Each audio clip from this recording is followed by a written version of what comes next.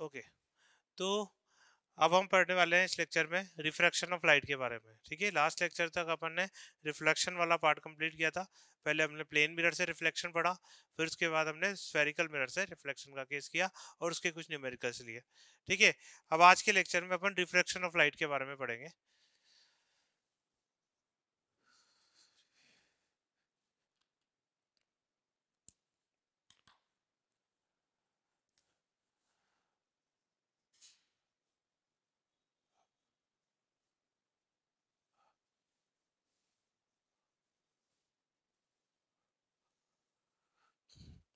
सबसे पहली बात तो कि रिफ्रैक्शन ऑफ लाइट क्या होता है। तो रिफ्रैक्शन ऑफ लाइट क्या है, बेसिकली जब भी कोई लाइट एक मीडियम से दूसरे मीडियम में जाती है तो उस केस में उसकी स्पीड में चेंज आता है। मीडियम में मीडियम की जो ऑप्टिकल डेंसिटी एक टर्म आती है जिसके बारे में अभी अभी चर्चा करेंगे। तो जब भी लाइट एक मीडियम से दूसरे मीडियम में जाती है तो एक्चुअली उसकी स्पीड में चेंज आता है। ठीक है, जिसकी वजह से वो अपने ओरिजिनल पाथ से डेविएट हो जाती है। इस फिनोमेना को अपन रिफ्रैक्शन ऑफ लाइट बोलते हैं। ठीक है, तो इसमें सपोज करो कि लाइट एक मीडियम फर्स्ट मीडियम में आई, अब ये नेक्स्ट मीडियम है, ये आपका फर्स्ट मीडियम है और ये आपका सेकंड मीडियम है। इस मीडियम को अपन इंसिडेंट मीडियम बोल सकते हैं क्योंकि इंसिडेंट रेस में आ रही है, और ये रिफ्रैक्टेड मीडियम हो जाएगा। तो सेकंड मीडियम में जब ये लाइट जाएगी तो एक्चुअली सीधा नहीं जाके ये किसी पर्टिकुलर डायरेक्शन में डेविएट हो जाएगी। ठीक है, हो सकता है कि ये टुवर्ड्स द नॉर्मल, ये आपका नॉर्मल है, टुवर्ड्स द नॉर्मल बेंड हो जाए, और हो सकता है कि away from the normal bend हो जाए। ठीक है, कब ये टुवर्ड्स द नॉर्मल बेंड होगी, कब ये away from the normal bend होगी, ये सब चीजें हम एक एक करके लेने वाले हैं इस इफेक्ट में। तो इस केस में जब भी रिफ्रैक्शन होगा, ठीक है, तो सबसे पहले टर्म्स की बात करते हैं। ये आपकी इंसिडेंट रे हो गई, नॉर्मल के साथ ये जो एंगल है ये एंगल ऑफ इंसिडेंस कहलाएगा। इसी तरह से ये आपकी रिफ्रैक्टेड रे हो गई, और ये जो एंगल है ये आपका रिफ्रैक्शन एंगल कहलाएगा। ठीक है, अब होता क्या है, सबसे पहली चीज आती है कि कोज ऑफ रिफ्रैक्शन, यानी रिफ्रैक्शन क्यों हो रहा है। तो रिफ्रैक्शन होने के पीछे जो मेन रीजन है वो ये है स्पीड में चेंज आना। लाइट की स्पीड ऑब्वियसली अलग अलग मीडियम में अलग अलग होती है। ठीक है, हर मीडियम में लाइट की स्पीड सेम हो ऐसा कोई जरूरी नहीं है। तो हर मीडियम में लाइट की स्पीड अलग अलग होने की वजह से वो अपने ओरिजिनल पाथ से बेंड हो जाती है। ठीक है, तो अब इस केस में अगर हम ध्यान से देखें तो जिस प्रॉपर्टी की वजह से लाइट की स्पीड डिफर करती है उस प्रॉपर्टी को अपन बोलते हैं ऑप्टिकल डेंसिटी। क्या बोलते हैं? Optical density. यानी जो टर्म है ऑप्टिकल डेंसिटी, जिसको हम म्यू या एन से डिनोट करते हैं, या इसको हम रिफ्रैक्टिव इंडेक्स एक टर्म से रिप्रेजेंट करते हैं। ठीक है, वो रिफ्रैक्टिव इंडेक्स जो होती है, रिफ्रैक्टिव इंडेक्स,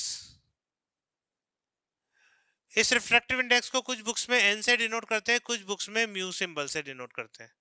ठीक है, एन या म्यू से डिनोट करते हैं। तो ये जो रिफ्रैक्टिव इंडेक्स है ये वो प्रॉपर्टी है जो ये बता रही है कि कोई भी मीडियम में लाइट की स्पीड प्रीवियस मीडियम के कंपैरिजन में कितने टाइम बढ़ जाएगी या कितने टाइम घट जाएगी। ठीक है, कितने टाइम यानी बढ़ जाएगी या घट जाएगी, इसका इनवर्स जो है वो रिफ्रैक्टिव इंडेक्स को रिप्रेजेंट करता है।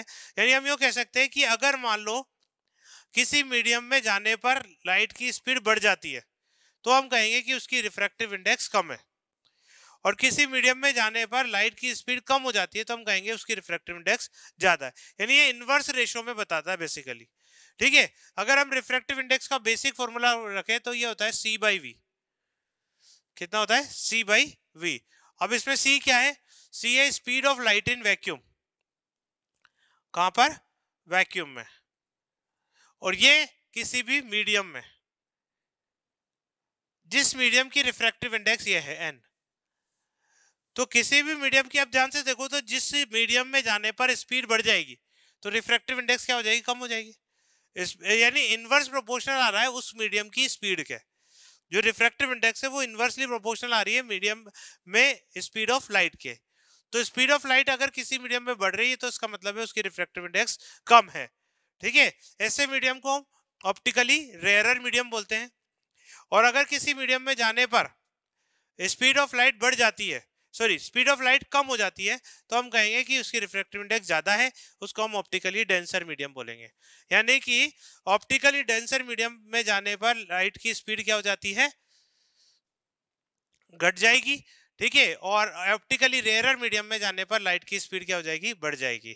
ठीक है, वापस समझा रहा हूं, ध्यान से समझें। स्पीड बढ़ेगा तो रिफ्रैक्टिव इंडेक्स कम होगी, रिफ्रैक्टिव इंडेक्स कम होगी यानी कि ऑप्टिकली रेयरर मीडियम है। स्पीड घटेगा तो रिफ्रैक्टिव इंडेक्स बढ़ेगी, रिफ्रैक्टिव इंडेक्स बढ़ रही है इसका मतलब ऑप्टिकली डेंसर मीडियम है। ठीक है, तो n equal to C by V. ठीक है, ये जो रिफ्रैक्टिव इंडेक्स है ये रिफ्रैक्टिव इंडेक्स एक्चुअली हमने एयर या वैक्यूम के रेस्पेक्ट में निकाली है। हम एयर की वैसे तो एयर की रिफ्रैक्टिव इंडेक्स और वैक्यूम में भी थोड़ा सा डिफरेंस होता है। ठीक है, तो लेकिन हम एयर और वैक्यूम की रिफ्रैक्टिव इंडेक्स नियरली सेम मानते हैं। ठीक है, तो ये एयर या वैक्यूम के रेस्पेक्ट में रिफ्रैक्टिव इंडेक्स निकाली है, इसको हम बोलते हैं absolute refractive index.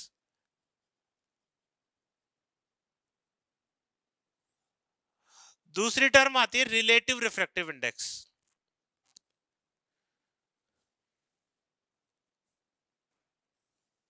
Relative refractive index का मतलब है किसी भी मीडियम की refractive index with respect to some another medium. ठीक है, अदर देन एयर और वैक्यूम। अगर एयर या वैक्यूम को छोड़ के किसी और मीडियम के रेस्पेक्ट में अगर हम रिफ्रैक्टिव इंडेक्स निकालते हैं तो वो कहलाएगी रिलेटिव रिफ्रैक्टिव इंडेक्स। ठीक है, जैसे मान लो कि आपके पास दो मीडियम है 1 और 2। ठीक है, आपको निकालना है refractive index of 2 with respect to 1। ये क्या है, refractive index of 2 medium 2 with respect to 1। ठीक है, अगर आपको n2 1 निकालना है तो हम रिलेटिव रिफ्रैक्टिव इंडेक्स कहलाएंगे। अब रिलेटिव रिफ्रैक्टिव इंडेक्स क्या हो जाएगी, तो इसको हम डिफाइन करते हैं n2 अपॉन n1 से। ध्यान रखना, यहाँ n की जगह कुछ बुक्स में आपको म्यू भी मिल सकता है, μ21 इक्वल टू μ2 अपॉन μ1। ठीक है, अब n2 अपॉन n1 जो होगा वो किसके बराबर होगा, तो देखो ध्यान से, n2 आपका एब्सोल्यूट रिफ्रैक्टिव इंडेक्स है सेकेंड मीडियम का, n1 आपका एब्सोल्यूट रिफ्रैक्टिव इंडेक्स है फर्स्ट मीडियम का। तो n2 की जगह क्या लिख सकता हूं मैं, c बाई v2। n1 की जगह क्या लिख सकता हूँ, c बाई v1। ठीक है, c शहीद हो जाएंगे, v1 बाई v2। यानी आप कह सकते हो कि n21 बराबर n2 upon n1 equal to v1 by v2। ठीक है, ये आपको रिलेटिव रिफ्रैक्टिव इंडेक्स कहलाएगी। ठीक है, तो एब्सोल्यूट रिफ्रैक्टिव इंडेक्स और रिलेटिव रिफ्रैक्टिव इंडेक्स ये दोनों अपने को क्लियर है। ठीक है, अब आगे बढ़ते हैं अपन, तो ये आता है laws of refraction.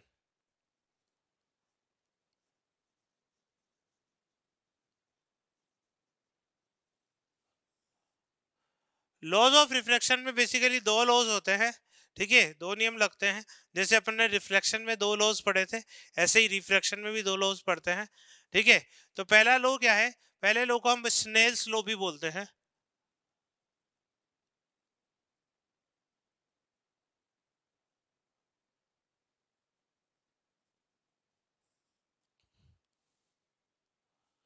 Snell's law, Snell's law जो है वो क्या कहलाता है, बेसिकली जो रिफ्रैक्शन का फर्स्ट लॉ है वो क्या कहता है, वो कहता है कि जब भी for a particular set of medium, यानी अगर आपने मीडियम फिक्स कर दिए, फर्स्ट और सेकंड मीडियम फिक्स है, ठीक है, इन्हें आप चेंज नहीं कर रहे।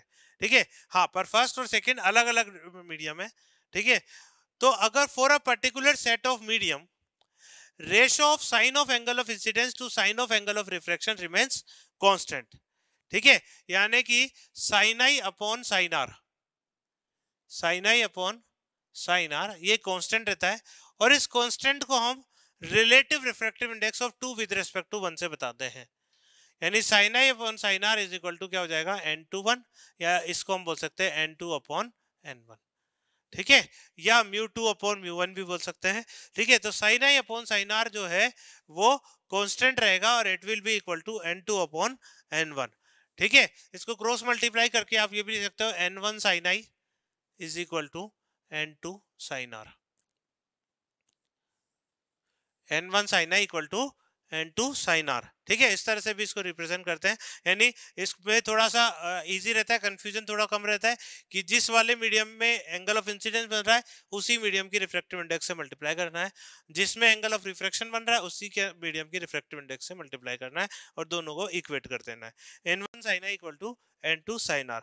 अब इस लो को, जो फर्स्ट लो है, इसको हम थोड़ा सा और एलोबरेट करेंगे ताकि हम न्यूमेरिकल आसानी से कर सकें। ठीक है, न्यूमेरिकल पर्पस से हम इसको हल्का सा और एलोबरेट करते हैं। ठीक है, थोड़ा और एक्सटेंड करते हैं। तो अपने पास आया sin i upon sin r equal to N2 by N1। ठीक है, पर अपन ये भी जानते हैं कि N2 बाई N1 किसके बराबर होता है? V1 बाई V2 के। ठीक है, यानी N2 बाई N1 किसके बराबर हो गया? V1 बाई V2 के। ठीक है, अब अपन ये भी जानते हैं कि V equal to F lambda होता है। भाई लाइट भी तो एक वेव ही है, तो वेव वाले जो रिलेशन है वो लाइट पर भी लगेंगे। ठीक है, तो लाइट के लिए अपने पास होता है V equal to F lambda. ठीक है, मतलब हर वेव के लिए अपन क्या रिलेशन यूज कर सकते हैं? V equal to F lambda. तो V equal to F lambda हम यहाँ यूज कर रहे हैं। ठीक है, तो हम इसको लिख सकते हैं F lambda 1 upon F lambda 2। क्या लिख सकते हैं? F lambda 1 upon F lambda 2। अच्छा, अब आपके दिमाग में आ रहा है सर लेमडा 1 और लेमडा 2 तो लिख दिया, एफ तो आपने F1 F2 लिखा ही नहीं, आपने तो एफ कॉमन ले लिया।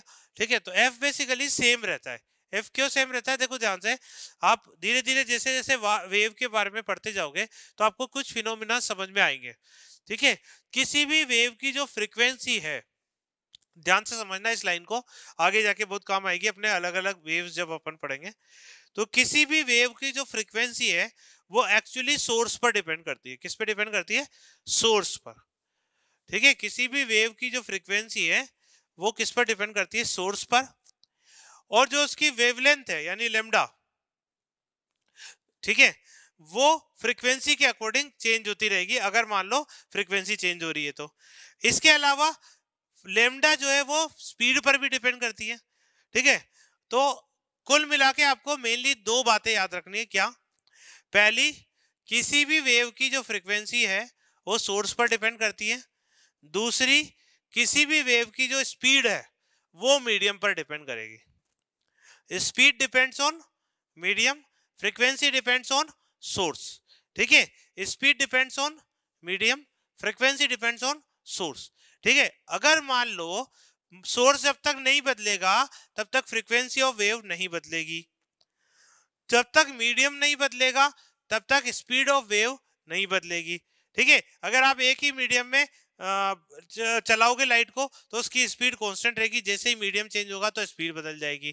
ठीक है, तो speed depends on medium, frequency depends on source, और लेमडा इन दोनों को एडजस्ट करता रहता है। ठीक है, यानी वो उसको V equal to F lambda relation को मेंटेन करना है।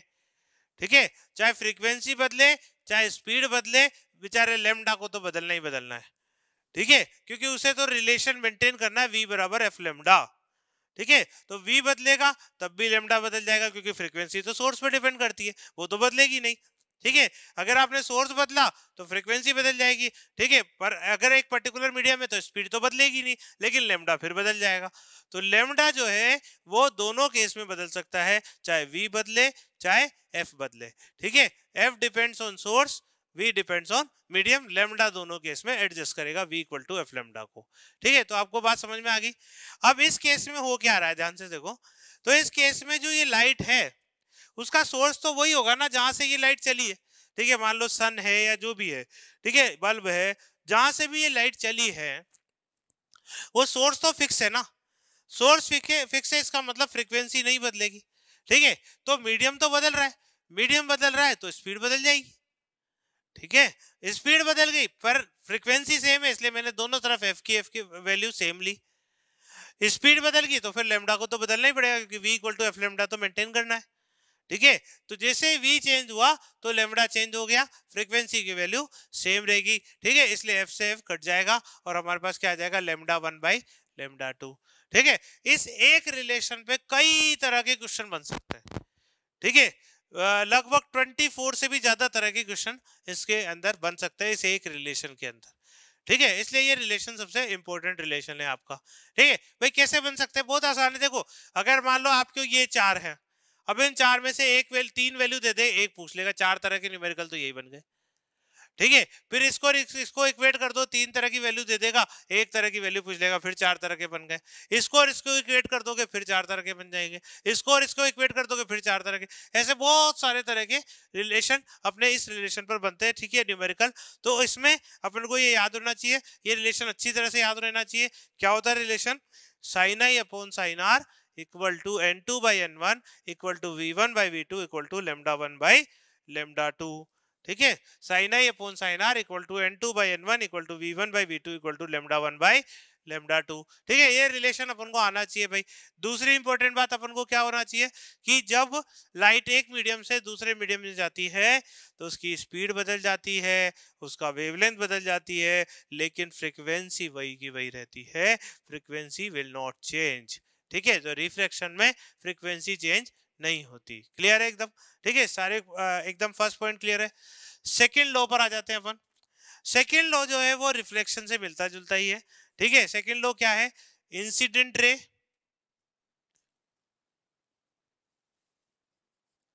रिफ्रैक्टेड रे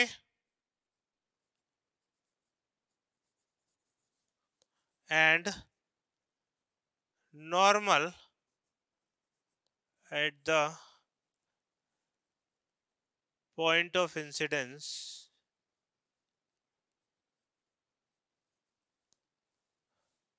आर कोप्लानर या lies in the same plane. ठीक है, incident ray, refracted ray and normal at the point of incidence all lies in the same plane, और we can say all three are coplanar. ठीक है, दोनों law समझ में आ गए अपन को। आगे बढ़े, चलो।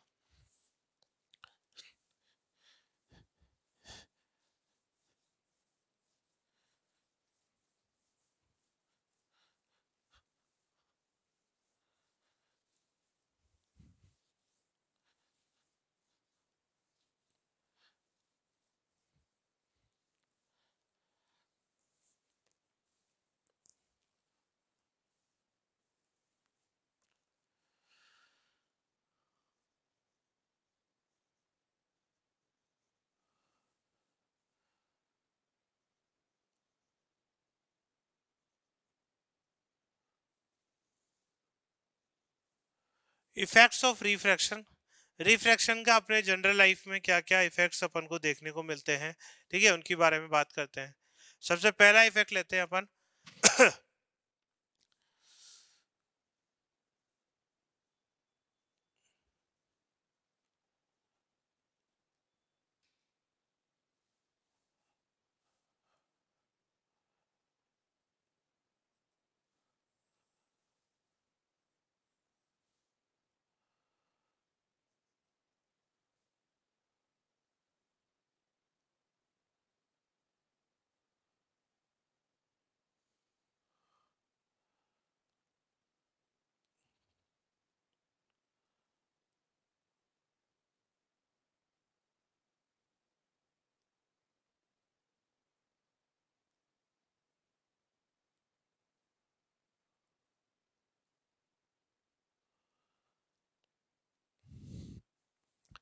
तो ये एक्सपेरिमेंट आपने कई बार देखा भी होगा। जैसे मान लो आपके एक है ना, सपोज करो एक ग्लास है, ठीक है, ट्रांसपेरेंट ग्लास है, उसके अंदर आपने एक पेंसिल या एक स्पून को आपने डाल दिया, ठीक है, आपको दिख रही है स्पून अंदर, है ना। अब आप उसके अंदर धीरे धीरे पानी भरते जाओ। जब आप उसमें पानी भरोगे तो वो पेंसिल या स्पून जो है वो आपको थोड़ी सी टेढ़ी होती हुई नजर आएगी, यानी वो सीधी सीधी नहीं जाके हल्की सी थोड़ी टेढ़ी हो जाएगी। ठीक है, तो ऐसा क्यों होता है? ऐसा रिफ्रैक्शन की वजह से होता है। ठीक है, रिफ्रैक्शन की वजह से ऐसा क्यों होता है ये अपन एक एक करके लेंगे। बेसिकली ये जो पॉइंट है उसकी इमेज यहाँ बन जाती है, इसलिए आपको जो रिफ्रैक्शन की वजह से क्या है, इमेज ऊपर शिफ्ट हो जाती है। शिफ्ट होने की वजह से इस पेंसिल की इमेज आपको थोड़ी सी टेढ़ी दिखाई देती है। ठीक है, तो ये इसके पीछे रीजन क्या है? रिफ्रैक्शन। दूसरा इफेक्ट क्या होता है इसके अंदर? दूसरा लेते हैं अपन, water tank appear शोलो। Water tank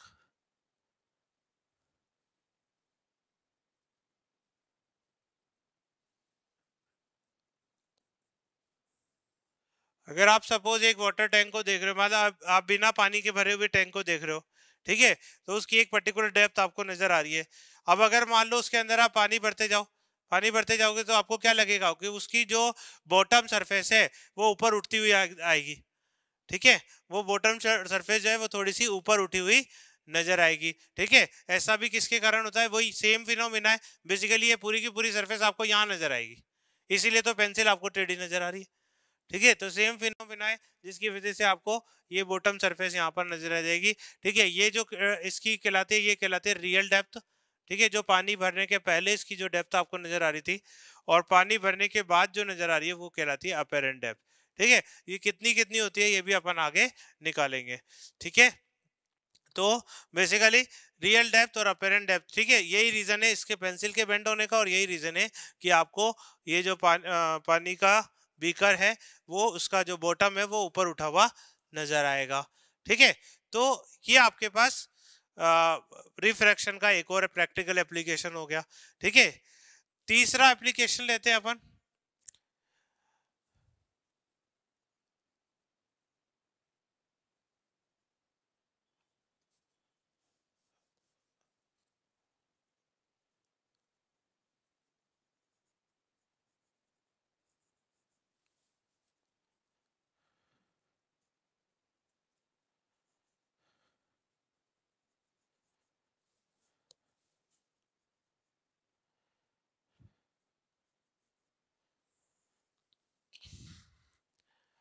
sunset और सनराइज के टाइम पर जो सन है उस वो आपको रिफ्रैक्शन की वजह से थोड़ा पहले ही दिखने लग जाता है और थोड़े बाद तक दिखता है।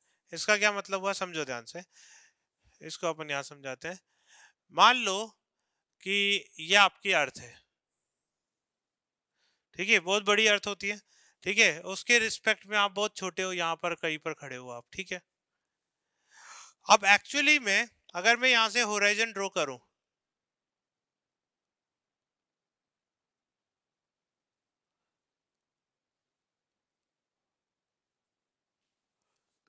तो जब सन इस वाली पोजीशन पे होगा तब आपको दिखना चालू होना चाहिए, और जब तक सन इस वाली पोजीशन पर आएगा तब तक आपको दिखाई देना चाहिए। ठीक है, ये सन की एक रियल पोजीशन है जहां पर आपको दिखाई देना चाहिए, पर एक्चुअली में ऐसा नहीं होता। होता क्या है कि जब सन यहां पर होता है तब से ही दिखने लग जाता है आपको, यानी होराइजन से नीचे है तब भी आपको दिखने लग जाता है, और यहां तक यानी होराइजन के नीचे तक जाने पर भी आपको दिखता रहता है। ऐसा क्यों होता है? ठीक है, तो ऐसा इसलिए होता है क्योंकि जो आपकी अर्थ है उसको उसके चारों तरफ एयर का एनवायरमेंट है।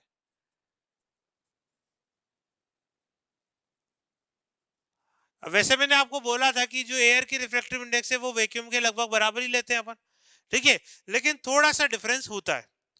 और जब ये एयर का एनवायरनमेंट इतना चौड़ा हो गया, भाई एयर का एनवायरनमेंट ऐसा थोड़ी है कि कोई है ना 100-200 मीटर तक ही है। ठीक है, या कोई 100 सेंटीमीटर 50 सेंटीमीटर ही है, ये तो बहुत थिकनेस तक है। ठीक है, किलोमीटर्स में इसकी थिकनेस जा रही है। ठीक है, तो इसका मतलब ये हुआ कि जब वैक्यूम से लाइट एयर में एंटर करती है तब भी उसकी रिफ्रैक्टिव इंडेक्स में थोड़ा सा चेंज होता है, क्योंकि वैक्यूम और एयर की रिफ्रैक्टिव इंडेक्स में स्लाइटली चेंज है। वैक्यूम की रिफ्रैक्टिव इंडेक्स को अपन है ना आइडियल लेते हैं, यानी कि अपन जो बेसिक रेफरेंस पॉइंट है वो वैक्यूम की रिफ्रैक्टिव इंडेक्स को लेते हैं। ठीक है, तो उसकी रिफ्रैक्टिव इंडेक्स अपन 1 के आसपास लेते हैं, 1 लेते हैं फिक्स। और एयर की जो रिफ्रैक्टिव इंडेक्स होती है वो 1.0008 के आसपास होती है, मतलब थोड़ी सी 1 से ज्यादा होती है। ठीक है, तो थोड़ी सी 1 से ज्यादा होने की वजह से जब लाइट वैक्यूम से, यानी ये आपका सन है, इससे जब लाइट वैक्यूम से एयर में एंटर करती है यानी रेयर मीडियम से डेंसर में एंटर करती है तो वो किधर की तरफ बेंड हो जाएगी, टुवर्ड्स द नॉर्मल बेंड हो जाएगी। ठीक है, जब भी लाइट रेयर से डेंसर में एंटर करेगी तो टुवर्ड्स द नॉर्मल बेंड होती है, और जब भी लाइट डेंसर से रेयर में एंटर करेगी तो वो away from the normal bend होती है। तो जब लाइट यहाँ से यहाँ एंटर करेगी तो एक्चुअली वो टुवर्ड्स द नॉर्मल बेंड हो जाएगी, यानी कि जाना तो चाहिए था इसको ऐसे सीधा सीधा, लेकिन ये बैंड होती होती और इस पॉइंट तक पहुंच जाती है इस तरह से। ठीक है, तो ये टुवर्ड्स द नॉर्मल बैंड होती होती इस पॉइंट तक पहुंच जाएगी। सिमिलरली जब सन यहाँ होगा तो एक्चुअली इसकी रे को तो ऐसे जाना चाहिए था, लेकिन ये बैंड होती होती होती इस तक पहुंच जाती है। इसलिए हमें सन की इस पोजीशन तक से हमें सन दिखाई देने लग जाता है और सन की इस पोजीशन तक हमें सन दिखाई देता है। यानी होराइजन से नीचे और होराइजन के नीचे दोनों साइड में आपको सन थोड़ी डिस्टेंस पहले और बाद तक दिखाई देता है। इससे हमारे जो डे टाइम है वो 2 मिनट तो सुबह बढ़ जाता है और 2 मिनट शाम को बढ़ जाता है, यानी नियरली हमें 4 मिनट का फायदा हो जाता है, ठीक है, रिफ्रैक्शन की वजह से। ठीक है, अर्ली राइज हो जाता है और लेट डिले होता है। ठीक है, तो हमें 4 मिनट के आसपास का टाइम मिल जाता है, किसकी वजह से? रिफ्रैक्शन की वजह से। ठीक है, एक और एप्लीकेशन लेते हैं फिर इसका, ट्विंकलिंग ऑफ स्टार्स।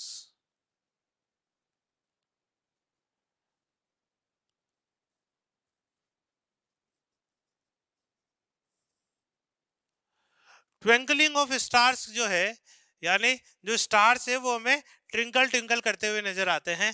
ठीक है, ट्विंकल ट्विंकल लिटिल स्टार आपने बचपन में पोएम पढ़ी होगी। ठीक है, तो बेसिकली जो स्टार्स है वो ट्विंकल करते हुए क्यों नजर आते हैं? ट्विंकल का क्या मतलब होता है? ट्विंकल का मतलब होता है कि वो जो स्टार है वो आपको कभी दिख रहे हैं, कभी नहीं दिख रहे, यानी बहुत उसकी रोशनी कभी तेज, कभी कम, कभी तेज, कभी कम, ऐसी नजर आती है जब स्टार्स को आप ध्यान से देखोगे। तो इसको अपन ट्विंकलिंग ऑफ स्टार बोलते हैं। अब इसका जो रीजन है वो भी रिफ्रैक्शन है। ठीक है, रिफ्रैक्शन की वजह से अपन को जो स्टार्स है वो ट्विंकल करते हुए नजर आते हैं। ठीक है, कैसे भाई? तो बेसिकली ये थ्योरेटिकल रीजन है, समझाऊंगा मैं आपको। जैसे जो स्टार्स होते हैं ना, कई बार क्वेश्चन आता है कि सर स्टार्स जो है वो तो ट्विंकल करते हुए नजर नहीं आते, सन भी तो एक स्टार है, सन भी स्टार है, फिर सन क्यों ट्विंकल करता हुआ नजर नहीं आता? ठीक है, तो भाई साहब सन हमारी अर्थ के बहुत पास में है, स्टार्स के कंपैरिजन में सन हमारी अर्थ से बहुत पास में है, इसलिए उसकी साइज जो है वो बड़ी नजर आती है आपको। स्टार्स बहुत दूर हैं, इस वजह से उनकी साइज जो है वो पॉइंट साइज यानी बहुत छोटी नजर आती है। ठीक है, तो होता क्या है कि जब पॉइंट साइज का जो स्टार है, यानी कि जो बहुत दूर वाला स्टार है, उससे जब लाइट एंटर करती है और एयर में एंटर करती हुई आपकी आईज तक आती है, ठीक है, आपकी आईज में पीछे एक पर्दा होता है जिसको हम बोलते हैं रेटिना। ठीक है, जब वो रेटिना पर इमेज बनती है तब वो स्टार आपको नजर आता है। ठीक है, अब होता क्या है कि जो उससे आने वाली लाइट है वो एयर के थ्रू पास हो रही है और एयर कंटिन्यूअसली फ्लो करती रहती है, कंटिन्यूअसली फ्लो करती रहती है, इस वजह से उसके पाथ में आने वाली जो एयर है उसकी रिफ्रैक्टिव इंडेक्स या यो कहे उसकी डेंसिटी जो है वो कंटिन्यूअसली चेंज होती रहती है, और डेंसिटी चेंज होने की वजह से एंगल ऑफ रिफ्रैक्शन की वैल्यू लगातार चेंज होती रहेगी। ठीक है भाई, रिफ्रैक्टिव इंडेक्स चेंज होगी sine I upon sine R में, ठीक है, तो आर की वैल्यू भी चेंज होगी। तो रिफ्रैक्टिव इंडेक्स चेंज होने की वजह से एंगल ऑफ रिफ्रैक्शन चेंज होता है, तो कभी तो वो आपके रेटिना पर इमेज बनाता है, कभी वो रेटिना के साइड में जाके इमेज बनाता है।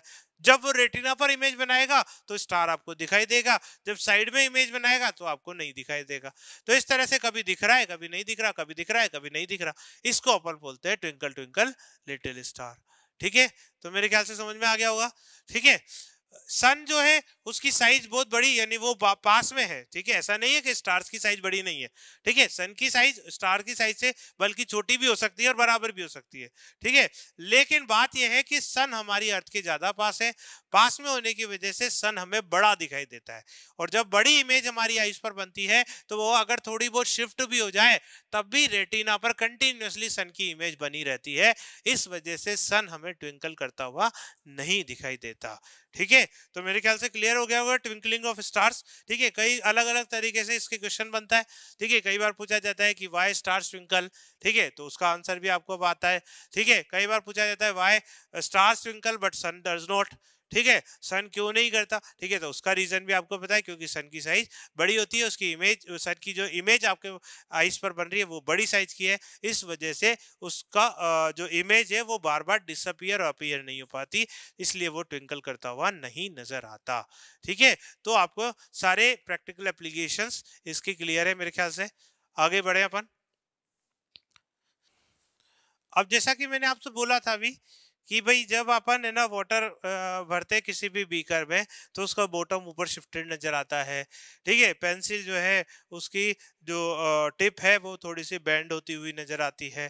ठीक है, तो ये रिफ्रैक्शन की वजह से होता है ना। अब वो कितना बेंड होगा या कितना ऊपर शिफ्ट होगा, ठीक है, यानी अपेरेंट डेप्थ, अपेरेंट डेप्थ का मतलब क्या होगा, जो डेप्थ आपको पानी भरने के बाद नजर आ रही है बीकर की, ठीक है, वो अपेरेंट डेप्थ कहलाएगी, और पानी भरने के पहले जो नजर आ रहा है वो रियल डेप्थ कहलाएगी। तो कितना शिफ्ट हो रहा है, यानी अपेरेंट डेप्थ और रियल डेप्थ में क्या रिलेशन आने वाला है, ये अपन इसके अंदर निकालते हैं। ठीक है, तो रिलेशन बिटवीन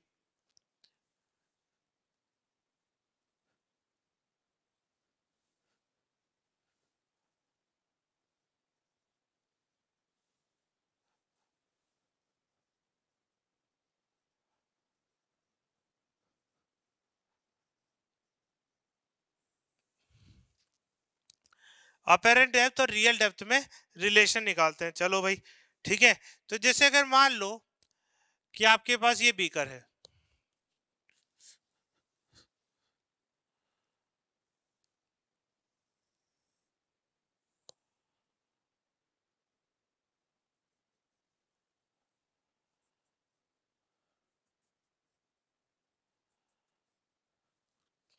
ठीक है, अब मैं यहां पर एक ऑब्जेक्ट कंसीडर करता हूं, इस बॉटम पर एक पॉइंट कंसीडर करता हूं पी।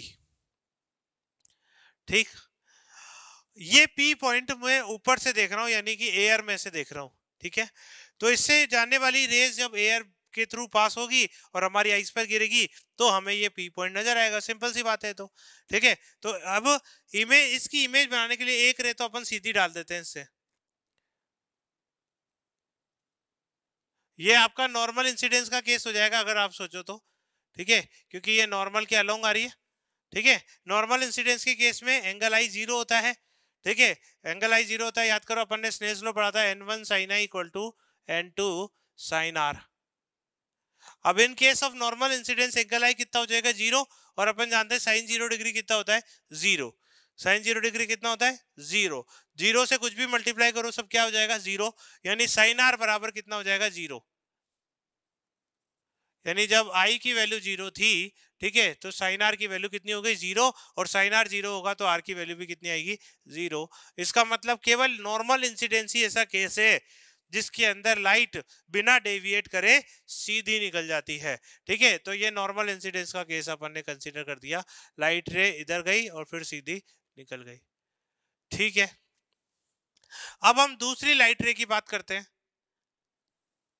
दूसरी लाइट रे सपोज इधर की तरफ गई, ठीक है, इस पॉइंट पर बात करें, नॉर्मल बना देते हैं, ये नॉर्मल हो गया। ठीक है, अब ये किधर से किधर जा रही है, ये पानी है यानी डेंसर मीडियम है, और हवा जो है वो रेरर मीडियम है, यानी कि ये डेंसर मीडियम से रेरर मीडियम में जा रही है। ठीक है, जिसमें ऑब्जेक्ट होता है उसको जनरली अपन n1 से बताते हैं, और जिसमें आईज होती है, जो देखने वाला होता है, ऑब्जर्वर होता है, उसको अपन n2 से बताते हैं। ठीक है, तो n1 जो है वो डेंसर मीडियम है और n2 जो है वो रेरर मीडियम है, यानी n1 is greater than n2। ठीक है, एक तो ये बात हो गई। अच्छा, अब आगे बढ़ते हैं, ये डेंसर से रेरर जा रही है, डेंसर से रेरर जा रही है, तो बताओ किधर बेंड हो जाएगी, ये बेंड हो जाएगी अवे फ्रॉम द नॉर्मल। ठीक है, अवे फ्रॉम द नॉर्मल मतलब अगर जाती तो ये सीधी ऐसे जाती, ठीक है, तो ये अवे फ्रॉम द नॉर्मल ऐसे बेंड हो गई भाई। ठीक है, इस साइड में बेंड हो गई। ठीक है, इसको नहीं बनाते वरना डायग्राम थोड़ा सा ज्यादा क्लमजी हो जाएगा। ठीक है, तो ये इधर की तरफ बेंड होगी। अब देखो, एक लाइट रे इधर जा रही है, एक इधर जा रही है, तो इधर तो कहीं मिलन समारोह होगा नहीं।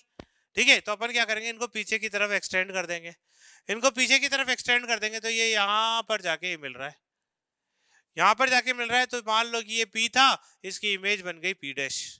क्या बन गई, पी डैश। ठीक है, ओके, इनको भी कुछ नाम देते हैं, ये क्यू हो गया, ठीक है, ये आर हो गया, ये आपका एस हो गया। ठीक है, अच्छा, अब देखो, ये आपके इंसिडेंट रे आई, ये नॉर्मल है, यानी ये एंगल ऑफ इंसिडेंस कहलाएगा आई। ये आपकी रिफ्रैक्टेड रे नॉर्मल के साथ ये एंगल आर बना रही है। ठीक है, कोई दिक्कत यहां तक। अच्छा, आगे बढ़ते हैं, अगर ये एंगल आई है तो ये भी कितना होगा, आई।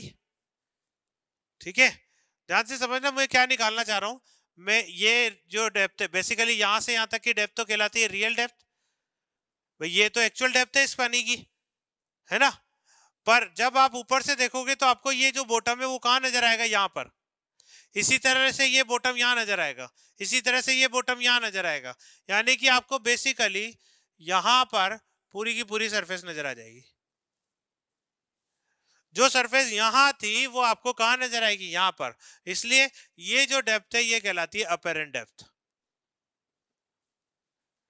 ठीक है, ये आपकी रियल डेप्थ होगा और ये आपकी अपेरेंट डेप्थ होगी। आपको एडी और आरडी में रिलेशन निकालना है। ठीक है, चलो निकालते हैं।